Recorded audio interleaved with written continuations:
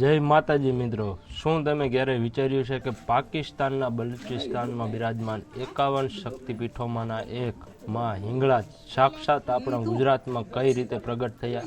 આજે હું તમને એક એવી જગ્યાએ લઈ આવ્યો છું જ્યાં ઇતિહાસ સાંભળીને તમારા રૂવાટા ઊભા થઈ જશે. આ કોઈ સામાન્ય મંદિર નથી, આ છે ઠાંગા ડુંગરના ગોદમાં આવેલું મહામાયા શ્રી હિંગળાજ પ્રગટ શક્તિપીઠ. એક એવો ચમત્કાર જ્યાં એક સંતની કઠોર તપસ્યાથી પ્રસન્ન થઈ ખુદ જગતજનની માં હિંગળાજ પાકિસ્તાનથી અહીં પ્રગટ થયા હતા. તો ચાલો તમને આનો ઇતિહાસ અને આ ભવ્ય મંદિરના દર્શન કરાવું.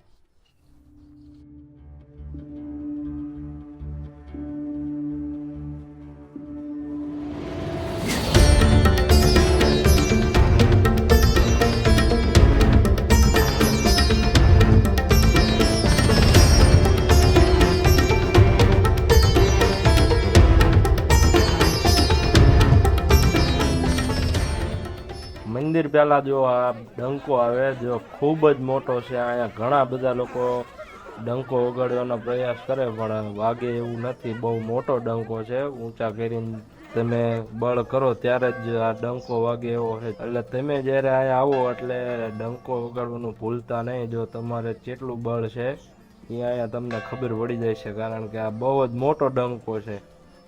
જેમ તેમ કે તમે ઊભા રહીને વગાડી ન શકો, કાં તો તમારે ઊંચું થઈને વગાડવો પડે, એટલો ઊંચો છે અને એટલો મોટો છે.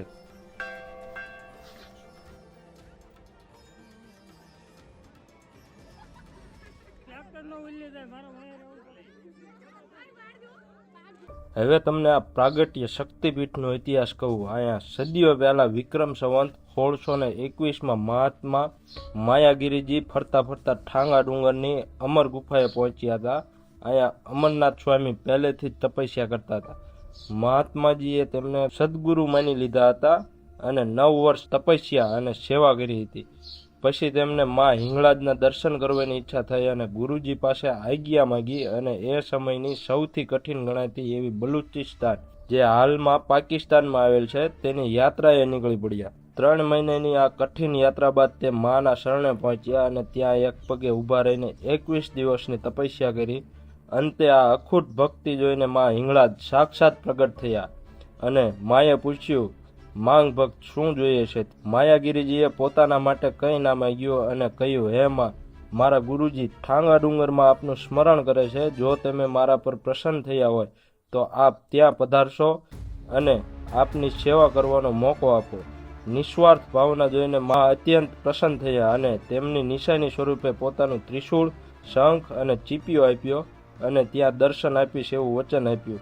સંવંત 1630 કારતક સુદ દેવ દિવાળીએ માયાગીરીજી પાછા પવિત્ર નિશાનીઓ લઈને ઠાંગા ડુંગરે પાછા પહોંચ્યા અને એ જ સમયે માતાજીએ આપેલા વચન મુજબ ગુફાના ધ્યાનખંડમાં સાક્ષાત પ્રગટ થઈ ગુરુ અને શિષ્ય બંનેને દર્શન આપ્યા.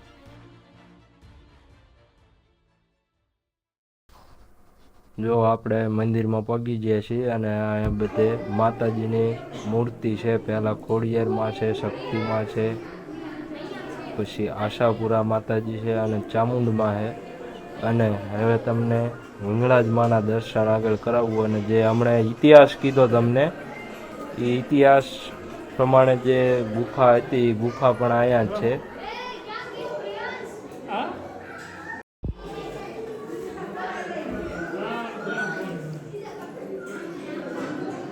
પહેલાં તમે માતાજીના દર્શન કરી લો અને પછી તમને લઈ જાઉં પાછળની ગુફામાં. જો આ છે ગુફા.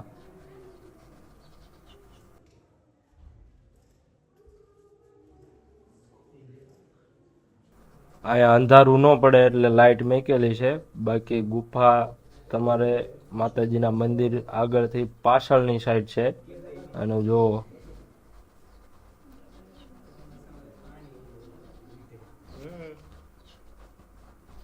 જો હમણાં શંખની અને ત્રિશૂળની અને ચીપિયાની વાત કરતો હતો અને માતાજી અહીંયા શયન મુદ્રામાં છે, એ તમે દર્શન કરી શકો છો. જે આ દર્શન આપ્યા હતા એ આ જ ગુફામાં આપ્યા હતા.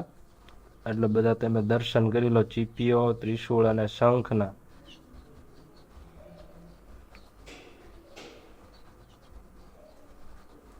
અને અહીંથી તમે બહારની સાઈડ નીકળી શકો છો આગળ.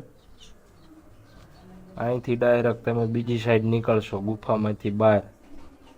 જુઓ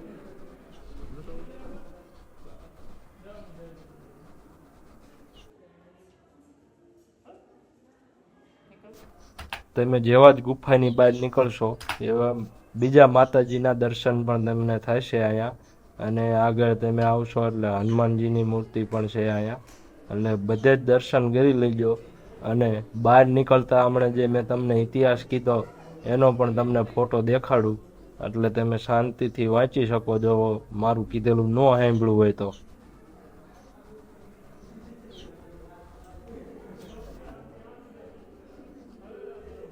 અને અહીંયા આપણો આ વ્લોગ થાય છે પૂરો. બધાએ કમેન્ટમાં જય માતાજી લખવાનું ભૂલતા નહીં. અને વિડીયો કેવો લાગ્યો તે પણ કમેન્ટ બોક્સમાં લખજો. અને આગળનો વ્લોગ તમને બાજુમાં જ મહાદેવનું મંદિર છે ત્યાંના દર્શન કરાવીશ. એટલે સબસ્ક્રાઈબ કરી લેજો આપણી યુટ્યુબ ચેનલને. અને આ વિડીયો મોકલી દેજો તમારા બધા મિત્રોને, જેથી કરીને બધા જ પ્રાગટ્ય શક્તિપીઠના દર્શન કરી શકે અને અહીંયા આવી શકે.